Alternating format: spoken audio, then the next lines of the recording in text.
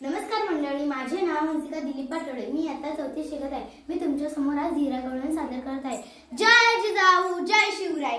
नमस्कार मंडळी, ओळखलत का मला? मीच ती हिरा गवळण, जी बाळाच्या काळजीपोटी, मायेपोटी, वात्सल्यापोटी स्वतःच्याही जीवाची पर्वा न करता रायगड किल्ल्यावरील एक जीवघेडा बुरुज मी रात्रीच्या अंधारात माझ्या बाळासाठी पार केला, उतरून गेली। हो, तो गावात शाळा आणणारा प्रसंग आजही मला आठवतो। गावातल्या काही गवळणी चालल्या होत्या गडावर दूध विकायला।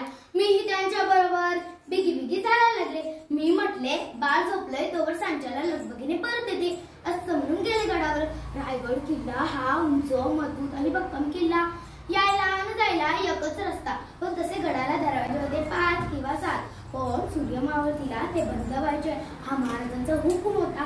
हे मला बापडीला काय ठाव, मी दूध विकण्याच्या नादात राहिली। आणि जशी निघणार तशी सुमीने हाक मारली, अगं ये बाईस, बाजारातून बाळासाठी काही खायला घ्यायला येते की नाही? मी तिच्याबरोबर जाऊ लागली आणि तिथंच सगळा गोळ झाला बघा। सूर्य कधी मावळला कळलंच नाही। ठा ठा ठा ठा टोप लागली। मी तो पैताच माझ्या काळजात धस्स झालं। घाबरले मी। पहारेकरांना खूप विनवण्या केल्या, पण पहारेकरांनी माझे एकही ऐकले नाही। ते मला म्हणाले, खालून वर येईल ती फक्त हवा आणि वरून खाली जाईल ते फक्त पाणी। मला काही सुचेना, मन सैरभैर झालं। बाळाच्या काळजीनं काळीच तुटत होतं, पण हा महाराजांचा कडक आदेश मोडल कोण? मी पहारेकरांना खूप विनवण्या केल्या, पण मग मी ठरवले, मी मेले तरी चालेल, पण माझ्या बाळासाठी हा कडा मी उतरीनच। मी कडा उतरू लागले, कधी खरचटले, कधी रक्त, कधी पालीसारखी सरपटत। मी कडा उतरून खाली आले। पहिलेच घर गाठलं, तांदुल्याला छातीशी लावून मला हायचं वाटलं।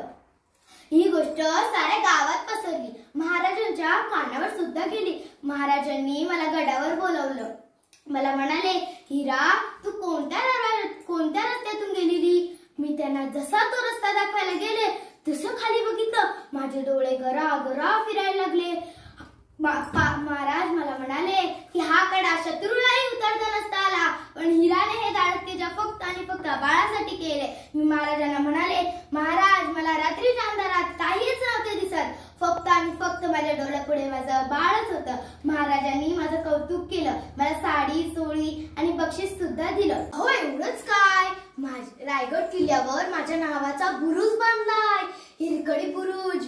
अहो, आजही आहे तो। काय तुम्ही गेले नाहीत का? अहो जा, मी पण निघते। धन्यवाद।